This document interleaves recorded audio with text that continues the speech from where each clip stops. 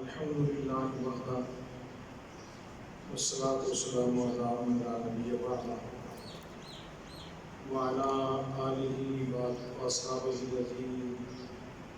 الذین اوفوا العہد اما بعد فاعوذ باللہ من الشیطان الرجیم بسم اللہ الرحمن الرحیم یا ایھا الذین آمنوا کتب علیکم الصیام کما کتب علی الذین من قبلکم لعلکم تتقون صدق اللہ مولانا العظیم وصدق رسولہ النبی الکریم الامین الرؤوف الرحیم الصلاۃ والسلام علیک یا سیدی یا رسول اللہ وعلی آلک واصحابک یا سیدی یا حبیب اللہ. انتہائی محبت کے ساتھ اتفاق کریں. السلام علیکم یا سیدی یا رسول اللہ وعلی آلک واصحابک یا مناد المشتاقین. عظیم مذہبی اسکالر جناب حضرت علامہ مولانا پروفیسر جاوید اقبال کارا صاحب پرنسپل جامعہ مدینہ النبی وادی سون، دیگر علماء کرام، عزیز طلباء، معزز حاضرین و سامعین، اللہ کریم کا لاکھ لاکھ شکر ہے جس نے ہمیں اپنے گھر میں اپنی بات اور اپنے پیارے حبیب صلی اللہ تعالیٰ علیہ وسلم کی بات کرنے اور سننے کی توفیق فراہم فرمائی. قرآن مقدس کی جو آیت مبارکہ تلاوت کرنے کا شرف حاصل کیا ہے، اس میں اللہ کریم کا ارشاد گرامی ہے یا ایھا الذین آمنوا، اے صاحبان ایمان. اس جملے کے اندر لطافتوں کا اور الفتوں کا ایک جہان آباد ہے. میں اس کا ترجمہ یوں بھی کیا کرتا ہوں، اے اہل دل، اے صاحبان شوق، اے صاحبان محبت، اے صاحبان ذوق. اور یہ ترجمہ بلا وجہ نہیں، ایمان کی جو تشریح میرے آقا کریم صلی اللہ تعالیٰ علیہ وسلم نے فرمائی ہے وہ یہ ہے والذی نفس محمد بیدہ لا یؤمن احدکم حتی اکون احب الیہ من والدہ وولدہ والناس اجمعین. میرے آقا ارشاد فرماتے ہیں مجھے قسم ہے اس رب کی جس کے قبضۂ قدرت میں محمد مصطفیٰ صلی اللہ تعالیٰ علیہ وسلم کی جان ہے، تم میں سے اتنی دیر تک کوئی بندہ کامل مومن نہیں ہو سکتا جتنی دیر تک وہ اپنے والدین سے بڑھ کے، اپنی اولاد سے بڑھ کے، بلکہ کل کائنات سے بڑھ کے میں محمد مصطفیٰ سے پیار نہیں کرتا. اس کا مطلب یہ ہے تکمیل ایمان کے لیے محبت رسول کی فراوانی شرط ہے. محبت رسول کی فراوانی نصیب ہوگی، الفت رسول کا تحفہ نصیب ہوگا، تب جا کے ایمان کی تکمیل ہوگی. تو اللہ کریم نے ارشاد فرمایا یا ایھا الذین آمنوا، اے صاحبان ایمان، اے صاحبان ذوق، اے صاحبان شوق. اللہ کریم اپنے بندے سے بات کر رہا ہے. حضرت امام حسن مجتبیٰ رضی اللہ تعالیٰ عنہ، حضرت سیدہ فاطمہ زہرا کی گود میں پروان چڑھنے والا پھول، امام حسین رضی اللہ تعالیٰ عنہ کے برات اکبر، حضرت امام حسن مجتبیٰ رضی اللہ تعالیٰ عنہ ارشاد فرماتے ہیں کہ اے اللہ کے بندے، اگر تیرا جی چاہے نا کہ تیرا رب تجھ سے باتیں کرے تو پھر قرآن مقدس کھول کے پڑھ. سبحان اللہ. اگر تیرا جی چاہے کہ تیرا رب تجھ سے باتیں کرے اور تو اپنے رب کی باتوں کو سنے اور ایمان کے کانوں سے سنے تو پھر قرآن مقدس کی تلاوت کرے. اور جب تیرا جی چاہے کہ تو اپنے رب سے بات کرے، تو اپنے رب سے مناجات کرے اور اپنے رب سے بات کرے، ملاقات کرے، تو پھر نماز کے لیے کھڑا ہو جا. پھر نماز کے لیے کھڑا ہو جا. تو دونوں جہتوں کی جو ہے وہ لذت موجود ہے. اگر آپ خدا اپنے قدوس سے بات کرنا چاہتے ہیں تو نماز پڑھیں. الصلاۃ معراج المومنین، نماز مومن کی معراج ہے. اور اگر آپ یہ چاہیں کہ آپ کا رب آپ سے بات کرے اور آپ اس کو ایمان کے کانوں سے سماعت فرمائیں تو قرآن مقدس کھول کے بیٹھ جائیں. یہی وجہ ہے کہ جب آپ قرآن مقدس کی تلاوت فرماتے ہیں، حضرت امام حسین کے قرآن پڑھنے کی داستانیں بھی بڑی عجیب ہیں کہ لوگ نیزہ کے اوپر قرآن مقدس کی تلاوت کر رہے ہیں، اور امام حسن مصطفیٰ کی قرآن پڑھنے کی داستان بھی محبت اور الفت سے بھری ہوئی ہے۔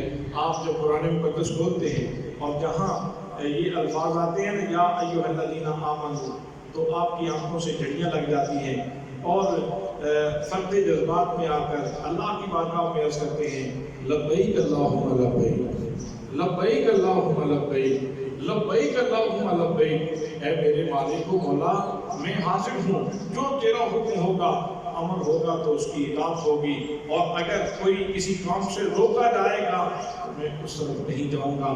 حضرات محترم، تو اللہ کریم نے ارشاد فرمایا، یا ایھا الذین آمنوا، اے صاحبان ایمان، کتب علیکم الصیام، تم پر روزے فرض کر دیے گئے ہیں، تم پر روزے فرض کر دیے گئے ہیں۔ اب روزہ ہے کیا؟ کھانے سے رک جانا ہے، پینے سے رک جانا ہے، خواہشات نفسانیہ سے رک جانا ہے، پہلے کتنی چیزیں جو عام حالات میں جائز تھیں ان سے رک جانا ہے۔ کھانا تم نہیں کھاؤ گے، پانی تم نہیں پیو گے، کیوں نہیں پیوں گا؟ تمہارا رب یہ چاہتا ہے کہ تم بھوکے رہو، تمہارا رب یہ چاہتا ہے کہ تم پیاسے رہو۔ اچھا، اگر وہ مجھے بھوکا رکھنا چاہتا ہے، اگر وہ مجھے پیاسا رکھنا چاہتا ہے تو میں اس کے اوپر آمادہ ہوں، میں بھوک بھی برداشت کروں گا اور میں پیاس بھی برداشت کروں گا، لیکن وہ مجھے پیار سے دیکھے گا کہ نہیں؟ وہ مجھے پیار سے دیکھے گا کہ نہیں؟ حضرات محترم، تو اس نے یہ سامان کیا ہی اس لیے ہے کہ تو میرے لیے اپنی بھوک کو برداشت کر، اپنی پیاس کو برداشت کر۔ میں آج بھی تجھے پیار سے دیکھوں گا، کل جب تو مجمع حشر میں میری بارگاہ میں آئے گا اس وقت بھی میں تجھے پیار سے دیکھوں گا، بلکہ جب تو موت کا ذائقہ چکھے گا تو اس وقت بھی میں تجھے پیار سے دیکھوں گا۔ میرے آقا نے ارشاد فرمایا، للصائم فرحتان، فرحۃ حین یفطر وفرحۃ حین یلقی ربہ۔ روزہ دار کے لیے دو خوشیاں ہیں، روزہ دار کے لیے دو خوشیاں ہیں۔